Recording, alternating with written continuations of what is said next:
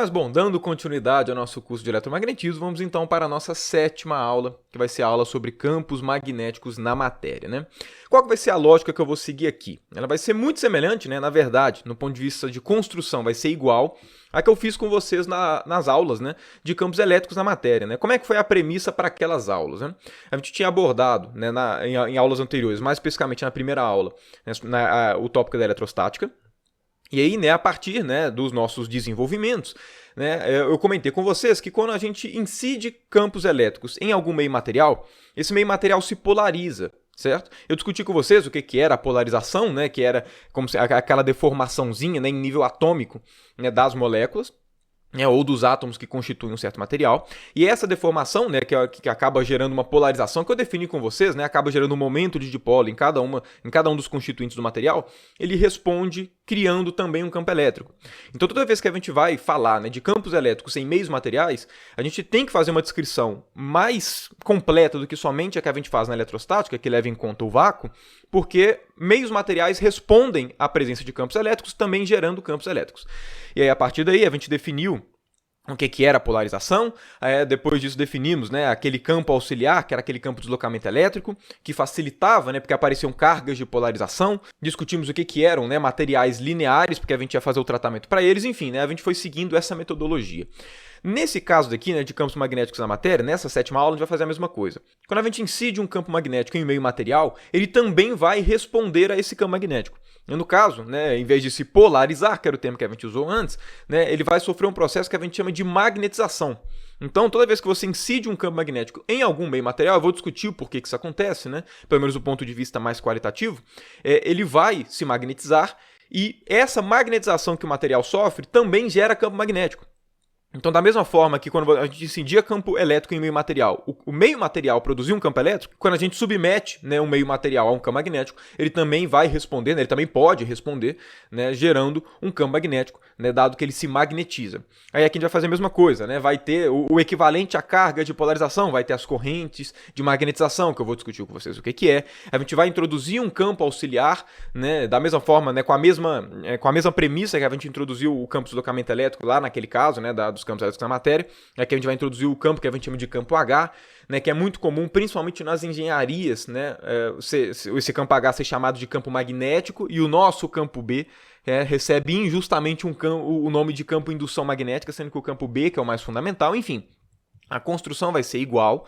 Né, por conta disso, se você viu essas aulas, né, de campos elétricos na matéria, ou se você não viu minhas aulas de campos elétricos na matéria, né, mas você já viu esse tópico, compreendeu campos magnéticos na matéria, essa nossa 7ª aula vai ficar muito mais fácil. E da mesma forma que lá naquele contexto, né, de campos elétricos na matéria, nós não tratamos do campo elétrico geral, e sim somente do campo eletrostático, porque foi o que a gente tinha visto até o momento. Nesse caso aqui, né, campos magnéticos na matéria, eu vou fazer um tratamento não para o campo magnético, né, incidindo na matéria, um campo magnético geral. Né, a gente ainda vai estar no contexto da magnetostática, porque foi, claro, né, o contexto que a gente estava trabalhando até então. Mas bom, para eu não ficar mais tempo aqui enrolando vocês, né, nessa introdução à nossa 7ª aula, vamos de fato começar, né, o nosso tópico de campos magnéticos na matéria, né, discutindo inicialmente o tópico, né, de materiais magnéticos, certo? O que eu estou chamando aqui de materiais magnéticos são materiais que, na presença de campos magnéticos, eles respondem, né, de alguma forma, né, produzindo algum tipo de resposta magnética. Nesse sentido, né, o nosso tópico campos magnéticos na matéria consiste em campos magnéticos, né, em materiais magnéticos. Né? Como é que o campo magnético se comporta dentro desses materiais que respondem de alguma forma, né, produzindo campos magnéticos. E aí, nesse sentido, né, é importante discutir um pouquinho como é que é a resposta magnética, né, a resposta desses materiais quando você incide sobre eles campos magnéticos. Porque, diferentemente, né, do caso de campos elétricos da matéria, né, que eu comentei que quando a gente, né, joga um campo elétrico, a matéria vai se polarizar, enfim, que a resposta era meio padronizada, né, que era através da polarização, quando a gente analisa campos magnéticos, a resposta do material ela não é tão imediata, né, a resposta não é única. Existem vários comportamentos que o material pode ter mediante, né, a introdução de um campo magnético, né. Claro, eu não vou mostrar aqui para vocês todos os tipos de respostas possíveis, né, que um material magnético pode ter, dado, né, a introdução de um campo magnético. Eu vou aqui, no caso, né, focar a nossa discussão em 3 tipos, né, de respostas, ok? Que são essas daqui, né, essas 3 que eu coloquei, que são as mais comuns de serem vistas, né, em um primeiro contato, que é o paramagnetismo, o diamagnetismo e o ferromagnetismo, né? Acredito talvez que o termo ferromagnetismo seja o nome mais familiar, né, desses três para todo mundo, pelo fato de que ferromagnetismo, né, materiais ferromagnéticos, são materiais que compõem aqueles ímãs permanentes, né, que todo mundo já deve ter tido em algum momento da vida, né, principalmente quando era criança, porque criança adora brincar com ímãs, né? Então, enfim, né, apesar disso, né, apesar de ferromagnetismo ser um fenômeno, ser um tipo de resposta magnética que está bem presente no nosso dia a dia, não é um tipo de resposta que descrever, né, fisicamente seja tão simples, principalmente porque a origem do ferromagnetismo está relacionada à interação entre spins vizinhos, né, quando a gente analisa, né, os materiais, né, os átomos que compõem um certo material, e obviamente, né, isso vai muito além do nosso do escopo aqui do nosso curso de eletromagnetismo, que é um curso de eletromagnetismo clássico. Na verdade, não é uma particularidade, né, do ferromagnetismo ter uma origem quântica, né? Na verdade, todos esses caras aqui têm uma origem quântica.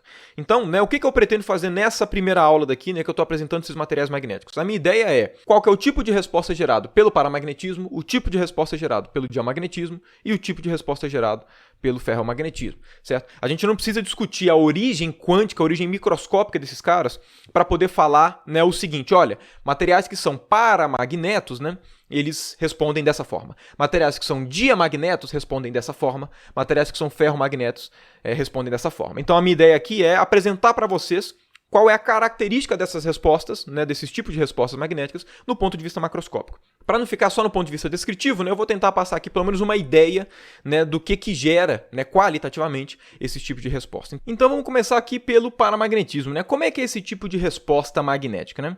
A ideia é o seguinte, imagina que a gente tenha, né, aqui um material que ele é um paramagneto, ok? Vamos colocar que ele é um paramagneto por hipótese. Né, como é que é o comportamento dele? O comportamento dele é o seguinte, se a gente não incide sobre ele nenhum campo magnético, ele não vai produzir nenhum campo magnético. Vai ficar na boa, tranquilão, na dele. Porém, quando a gente coloca ele em uma região com campo magnético, né, a tendência desse material é gerar um campo magnético na mesma, né, alinhado com o campo externo. Qual que é a origem desse comportamento, pelo menos um ponto de vista qualitativo? A origem é o seguinte, né, a gente sabe que todo material ele é composto de átomos, certo? E átomos são compostos tanto pelo seu núcleo quanto pelos elétrons, né? Cada um desses constituintes dos átomos, né, seja o seu núcleo, seja os elétrons, possuem spin, certo? Que é um tipo de momento angular. Né? Na mecânica quântica, o spin está relacionado com o comportamento magnético. Além disso, né, o próprio movimento orbital dos elétrons em torno do núcleo também gera um comportamento magnético. Isso significa que cada átomozinho ele tem um comportamento magnético. Ele pode ser pensado como um pequeno ímã. Ou seja, para cada átomozinho de um material, né, a gente pode associar um momento magnético. Nesse sentido, né, cada um dos constituintes, né, cada um dos átomos desse material, ele vai ter exatamente o seu momento magnético apontando para uma certa direção. Em um paramagneto, né, cada um, né, desses momentos magnéticos gerados, né, por seus constituintes, né, eles são independentes uns dos outros. Então, esse cara está apontando para cá não influencia na direção que o vizinho vai estar apontando, certo? Eles podem meio que ser considerados como sendo independentes, ok? Então, né, se eles são completamente independentes e eles podem estar apontando para qualquer direção, se não tem campo magnético externo, não existe nenhuma razão para eles estarem apontando preferencialmente para uma direção em relação à outra. Então, como eles vão estar aleatoriamente distribuídos, né, no total, quando não existe campo magnético, esse cara daqui vai ter uma resposta magnética nula. Porém, né, quando a gente coloca um campo magnético externo, a gente já viu o que acontece com momentos, né, de dipolo magnético. Como eu comentei com vocês, quando a gente tem momentos magnéticos em uma região com campo magnético, vai aparecer um torque, certo? Eu discuti isso com vocês lá na magnetostática. Assim, quando a gente coloca um campo magnético, cada um desses momentos, né, de dipolo magnético, eles vão tender a se alinhar um pouquinho mais com esse campo magnético. Agora, se todos eles vão tender a se alinhar um pouquinho, a gente vai perceber um comportamento resultante do material, certo? Como eu comentei com vocês, o campo magnético ele é proporcional ao momento magnético. Então, se todo mundo daqui tende a se alinhar, porque vai aparecer um torque, né, com esse campo externo, então vai existir uma preferência dos momentos magnéticos para estarem apontando na mesma direção do campo magnético, certo? Vai aparecer um direcionamento para cá, e, consequentemente, esse cara vai produzir um campo magnético na mesma direção do campo magnético externo. Dois detalhes que são importantes serem enfatizados é que, primeiro, obviamente, né, cada um dos átomos desse material eles não vão ter uma liberdade para girar completamente. Além disso, todo material possui alguma temperatura, e toda temperatura induz agitação térmica. Então, tanto essa agitação térmica quanto essa não possibilidade, né, dos momentos magnéticos rotacionarem completamente fazem com que o paramagnetismo não seja um efeito muito vistoso. Ele é um efeito fraco, certo? A resposta magnética, né, de um material que possui o paramagnetismo, né, que apresenta o paramagnetismo, é uma resposta bem leve. Antes de falar o que é o diamagnetismo, eu vou aproveitar nesse nosso exemplo aqui do paramagnetismo para poder falar a respeito do ferromagnetismo. Por quê? Porque esses dois tipos de resposta, eles são muito parecidos. Um material ferromagnético, certo? Ou seja, que a resposta magnética dele é através do ferromagnetismo, né? O princípio é muito semelhante a esse que eu acabei de desenhar, ok? Quando você coloca, né, um campo magnético, cada um, né, dos constituintes aqui, né, cada um dos momentos magnéticos dos átomos tendem a se alinhar com o campo magnético por conta do torque que aparece, que a gente já discutiu nas aulas de magnetostática. Porém, no ferromagnetismo, né, a direção que um desses caras está apontando influencia bastante a direção que o seu vizinho aponta. Então, no ferromagnetismo, a interação entre os momentos magnéticos de átomos vizinhos é muito grande. Por conta disso, se um cara tende a apontar para uma direção, os vizinhos também tendem. E por conta disso, o ferromagnetismo apresenta um comportamento bem mais intenso do que o paramagnetismo, né? Inclusive, isso é visível. Pega um ímã e chega perto de uma barra de ferro. Você vai ver que a força de atração é muito grande. E além disso, né, o ferromagnetismo ele tem uma particularidade em relação ao paramagnetismo, que também é gerada por essa forte, né, correlação entre as direções que os momentos magnéticos de átomos vizinhos apontam. Que é o seguinte, quando a gente desliga o campo magnético, então imagina o seguinte, a gente no início não tinha campo magnético. Aí o material ferromagnético estava lá paradão na dele. A gente coloca campo magnético. Aí, enfim, todos esses caras aqui vão tender, né, a se alinhar com o campo magnético, né, de forma mais intensa, ok, do que o paramagnetismo. Porém, quando a gente tira o campo magnético, se o material for um ferromagneto, ele vai continuar apresentando magnetização. Então, se você pega um ímã e coloca perto do ferromagneto, beleza, ele vai se magnetizar. Quando você tira o ímã de perto, esse cara daqui acaba se comportando como um ímã. Em um paramagneto, quando você tira o campo magnético, os momentos magnéticos de cada um desses caras tendem a voltar a ficar todos aleatórios, porque eles não têm mais uma direção para poder apontar e a direção que um aponta não influencia mais na direção que o outro aponta. Então volta a ficar tudo aleatório e o material paramagneto ele só apresenta uma resposta magnética na presença de campos magnéticos. O ferromagnetismo não, né? Se você coloca um campo magnético, ele vai responder ao campo magnético, mas quando você tira esse campo de fora, ele vai tender a permanecer com esse campo magnético. Por quê? Exatamente por conta da correlação, né, que ele acaba apresentando, né, dos momentos magnéticos vizinhos. Né? Um afeta tanto a direção do outro que eles vão continuar apontando mesmo que para a mesma direção. Imagino que todo mundo já tenha visto, né, esse tipo de fenômeno, né, mas para quem nunca viu, pega uma tesoura, né, que normalmente é feita, né, de algum material ferromagnético, né, ela não é um ímã, e coloca um ímã na ponta dela. Depois que você tira o ímã da ponta da tesoura, a ponta da tesoura acaba virando um ímã, né, você consegue grudar alguns pedacinhos de ferro nela. Exatamente por conta, né, disso. Né, você tira o campo magnético, mas o material continua apresentando uma resposta magnética. Eu, inclusive, vou comentar isso mais pra frente no curso, porque eu vou comentar com vocês a respeito da curva de esterese, na esterese magnética, que mostra exatamente como é que é esse comportamento da magnetização residual do corpo. Okay? Nesse sentido, esses materiais, né, que respondem de acordo com o ferromagnetismo, eles não são materiais lineares. Isso, claro, né, dificulta matematicamente a descrição deles, de forma que eu não vou descrever, né, campos magnéticos nesse tipo de materiais, né, com vocês aqui nesse curso. Né? Mas, bom, tendo sido falado desses dois, né, do paramagnetismo e do ferromagnetismo, vamos agora comentar a respeito do diamagnetismo. Que tipo de resposta é essa daqui? Vamos supor que esse material daqui é um material que a resposta magnética dele seja de acordo com o diamagnetismo. Né? O que a gente observa? Né? Como é que é macroscopicamente esse tipo de resposta? A ideia é a seguinte, né? Se você não coloca nenhum campo magnético, né, se você não incide campos magnéticos nele, ele vai ficar na boa, na dele, sem gerar nenhum campo magnético. Okay? Porém, se você joga ele numa região que possui campo magnético, ele vai responder gerando um campo magnético, porém, diferentemente do paramagnetismo, o campo magnético que esse cara vai produzir vai ser ao contrário. Qual que é a origem desse comportamento, né? Fazendo de um ponto de vista bem qualitativo e simplista, né? Esse tipo de fenômeno, o diamagnetismo, ele pode ser entendido quando a gente analisa o comportamento do campo magnético na escala atômica mesmo, né? Analisando átomo a átomo, né? Qual que é a ideia? Né? Vamos fazer aqui um modelo super simplista, certo? Só para poder ficar a ideia qualitativa na cabeça. Certo? Então aqui nós temos um átomo, né, vamos supor aqui, né, o nosso átomo com núcleo positivo, e aqui, né, a gente vai supor que a gente tem um elétron orbitando aqui, né, esse cara, um modelo mais simplista, né, que a gente tem para um átomo, né, só para entender o aspecto qualitativo. Imagina que a gente tem aqui esse átomo. Vou até desenhar esse circuitinho aqui em perspectiva para poder ficar mais fácil a nossa análise, né? Imagina que aqui o nosso elétron está orbitando o átomo de acordo com essa órbitazinha que eu acabei de desenhar, ok? Os elétrons, eles estão, né, fazendo esse tipo de movimento. Vamos lá, se o elétron está fazendo esse tipo de movimento, eu imagino que todo mundo consiga perceber, né, que esse átomo daqui, por conta desse movimento orbital, ele vai ter um momento magnético para baixo. Mas aí você poderia chegar para mim e falar, uai, Felipe, não é o contrário, não é para cima o momento magnético? Porque se você fizer a regrinha da mão direita, o que você vai obter é que, olha só, a corrente está vindo nesse sentido, fazendo a regra da mão direita, vai ter um momento magnético para cima. Mas a gente não pode esquecer que esse cara daqui tem carga negativa, ok? Então, de fato, vai ter um momento magnético para cima, mas o momento magnético, ele não depende da corrente. Como aqui a corrente ela é feita de cargas negativas, a corrente ela sai negativa. O que é um vetor que aponta para cima, mas tem módulo negativo? É, na verdade, um vetor que aponta para baixo. Okay? Então, dado esse nosso, né, modelinho muito simplista, né, dado essa direção, esse sentido de rotação que eu coloquei, esse cara daqui vai apresentar um momento magnético para baixo.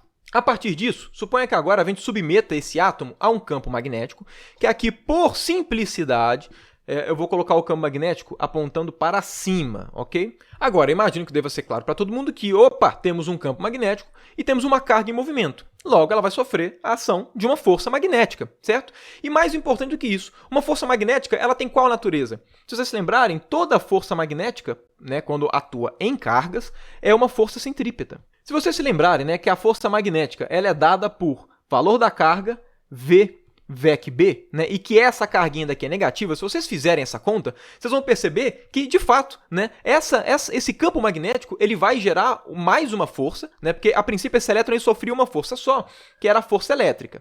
Né, que é a força que esse cara puxa. Agora, esse elétron vai sentir uma força magnética que também é uma força que aponta para o centro. Né? É bem fácil verificar isso, né? Só vocês fazerem essa continha daqui. Okay?